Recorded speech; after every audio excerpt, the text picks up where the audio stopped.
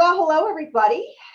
Welcome to the Road to Resilience podcast with your host, Theresa.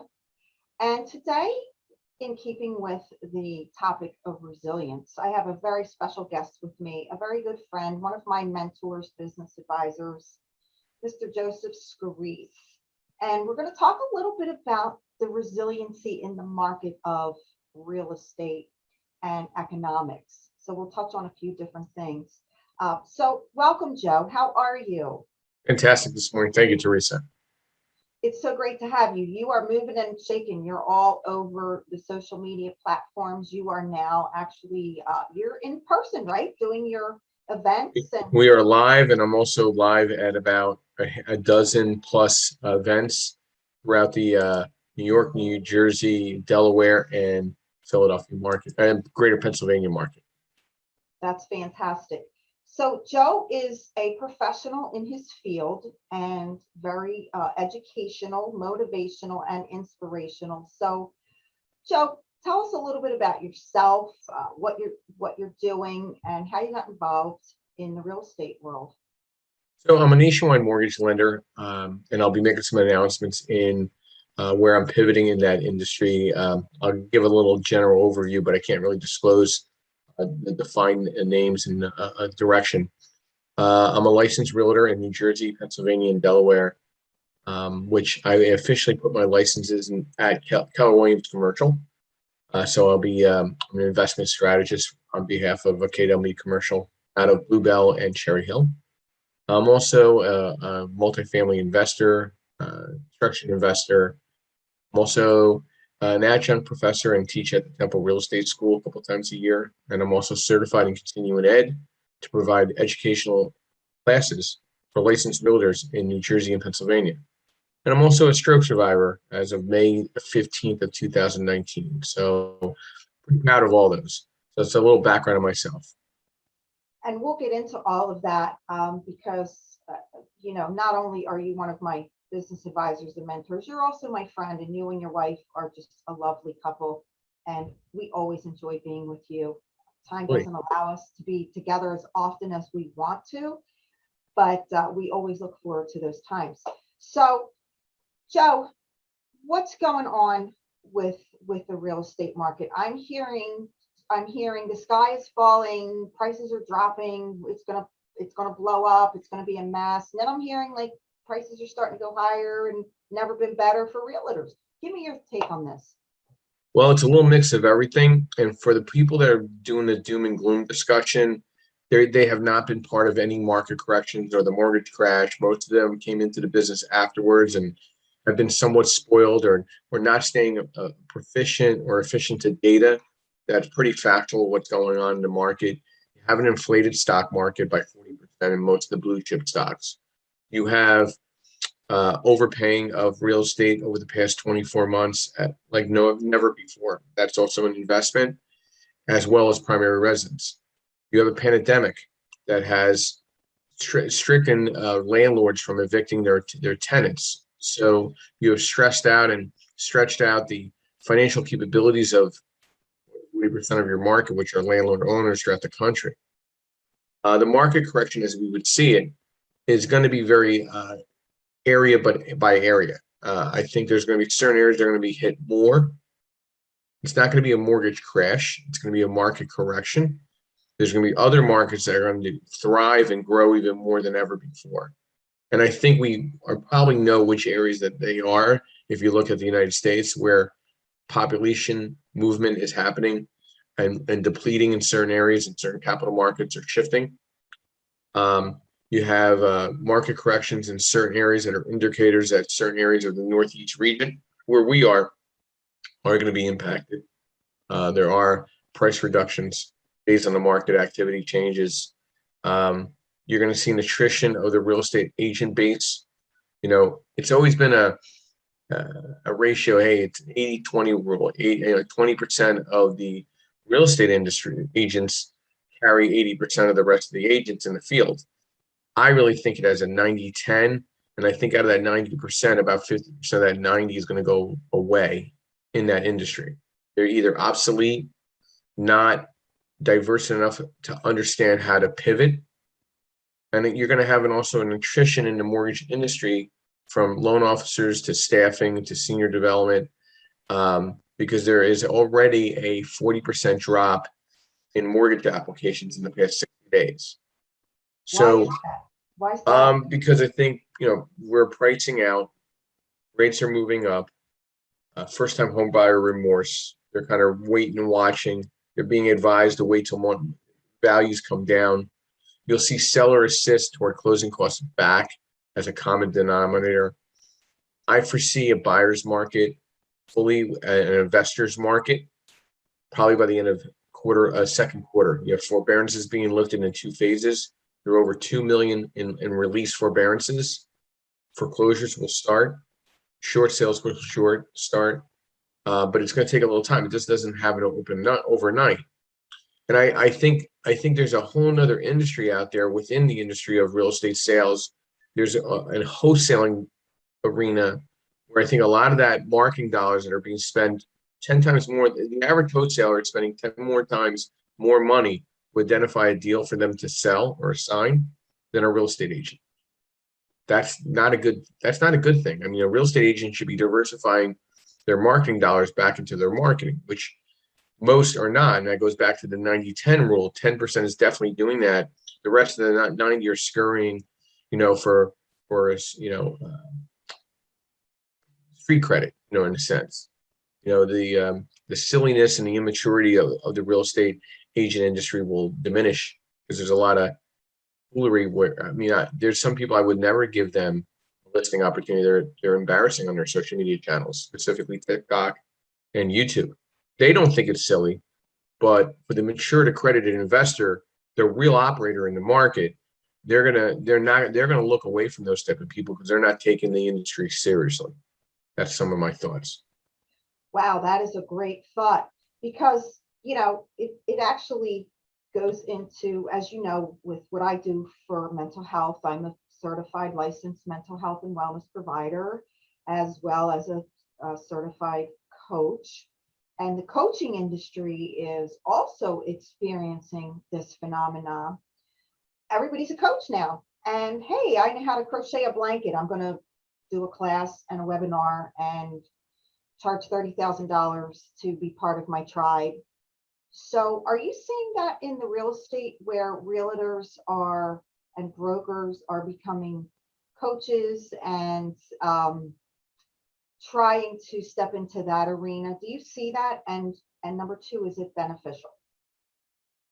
Within the next 5 years, there's going to be a lesser need for a licensed real estate agent in the field than the previous 25 years. Between AI and all the social media channels, people are going to be more directed to the listing itself. It's going to become more of an exclusivity industry, I think, in the next 5 years. That's where a lot of the attrition is already happening. It's already been proven that you could almost buy a property without even being physically at the property. People are buying properties through video. So how much of a necessity will a realtor be in the next 5 years? There's going to be a very separatist movement in wealth where there's going to be owner landlords and there's going to be renters. The in between is going to it's going to shrink. So either owner landlords that are accredited, meaning a couple $100,000 in cash sitting around in liquidity in that setting, their primary residence plus additional investment properties, and a 680 credit score and a better. I'm going to say 700, but those are your accredited investors that are going to start diversifying their money because Wall Street's going to be less attractive in the long-term 10-year play, where real estate has always been, every 10-year cycles has always been the better return on investment overall. I think you're going to see a better layout of very much more better suited operators and or accredited investors putting more money into real estate over the next 5 to 10 years at discount, because again, there's going to be this shift of value dropping. Not the mortgage. It's not going to be a mortgage collapse because we don't have a mortgage issue. We have an inventory issue.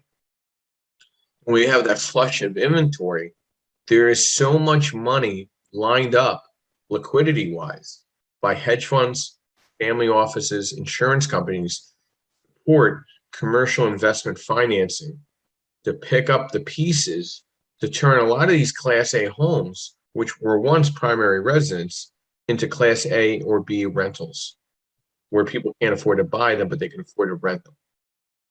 Yep. Are you seeing a decline in single family homes? Seeing a decline in the application for those right now. I use an analogy. It's kind of a little crazy. So imagine putting 20 real loan officers in the residential space in an octagon. And you put one knife in the middle of the room, and whoever survives gets the mortgage. Oh, That's what it's going to look like over the next 2 to 3 quarters. So I will be officially announcing I'm escrowing my banking license in the residential mortgage piece, and I will be 100% commercial investment, single family through 4 family investment, multifamily 5 through 100, bridge lending, blanket loans, new construction, and renovation loans. From last year to this date, I had over 200 loans in activity in my pipeline on primary residences. 1 year later, it's the complete opposite. It's all investment. So there is a complete shift in my marketing has never changed. I've been very consistent and continuous with my marketing, but my client has changed in a matter of 12 months. I'll be making those announcements next week. that is a great way to look at it. That is one of the things that I have been saying over and over, as you well know, with this pandemic. You have to stay the course. Lots of people were jumping ship and trying something new and recreating themselves. And that's one thing you have excelled at. Your marketing has always been consistent. And I think if any of my listeners or viewers don't hear anything else we're hearing today, hear Joe's words to stay the course and keep your marketing the same. Your clientele might change, but your marketing has to stay consistent, and it has to stay relevant, and it has to stay on target. So thank you for that big piece of advice. So 2 more questions. Number 1, because this is a resiliency podcast, all things resilient, and not only do we have to learn to be resilient financially, we have to learn to be resilient mentally and physically, which is what I preach, and I practice what I preach and I teach. And so let's talk a little bit about your stroke, because when I met you, you had just come through. That's actually how we met. I think I met you like about that fall. I met you that fall at a cigar event. And So I didn't treat myself correctly from a health perspective, holistically. My wife is in the holistic and homeopathic world. She is a co-owner of a massage therapy school, massage therapy certification, as well as a wellness center. I didn't pay attention. I paid attention to the business. I stopped focusing on my health and just me being out there in front of people. I've taken giant steps financially to stay ahead. I'm officially down a little over 80 pounds since May 15th of 2019. I've taken a complete homeopathic approach. And to be honest with you, most of that money that was spent had nothing to do with my doctors and my medical. That was out of pocket to invest in Joseph Scorese. I've done umpteen amount of different the whole homeopathic type of treatments with various specialists. I went down that rabbit hole, and I'm at this point in my life right now, I'm in complete ketosis, and at such a pitch in my program and my lifestyle. I'm in intermediate fasting. My energy level is probably equivalent to when I was 30 years old. My clarity is very clear. I mean, all my clarity is all on bells. It's all on all pistons. I've done neurotransmittal stimulation to my brain over 50 plus sessions. I've done the hyperbaric chamber oxygen tank over 50 sessions. Done over 50 sessions of color therapy. Supplements, vitamin supplements. My vitamin D. I can't even walk in a room full of COVID and without walking out with not even a sniffle. My vitamin D levels are at 100%. So saying all that, being healthier in your whatever you do and what you love doing, you're going to extract even more internally, financially, emotionally, and karma-like, the people you're going to re-surround yourself with will be very clear who to identify in that space, in that mindset. So, Yordell, who's my business partner and friend and business associate, we're collaborating on an entirely new revamp of my social media platform. It'll be rolled out over the next 30 days, where there'll be even more of a consistency and continuity to provide to my network and my power team and my surrounding colleagues. Oh, a power team. That's a whole nother show. I hope you'll come back because that is another firm belief I have. You have to have a power team. So Joe, what gave you the wherewithal? What gave you that will to survive that stroke and to look at you today? How did you find that within you? I'm going to thank somebody that's not with us anymore, one of my closest friends that passed away last year of esophagus cancer, and probably the healthiest guy I ever knew. Probably was born with a six-pack. He sent me a video and a prayer every day for 13 days to get me up and cowboy up and, just basically almost screaming at me to get myself together. And the first person I was able to go and drive to, because I couldn't drive for till I think around the July 4th. He was the first person I needed to go see.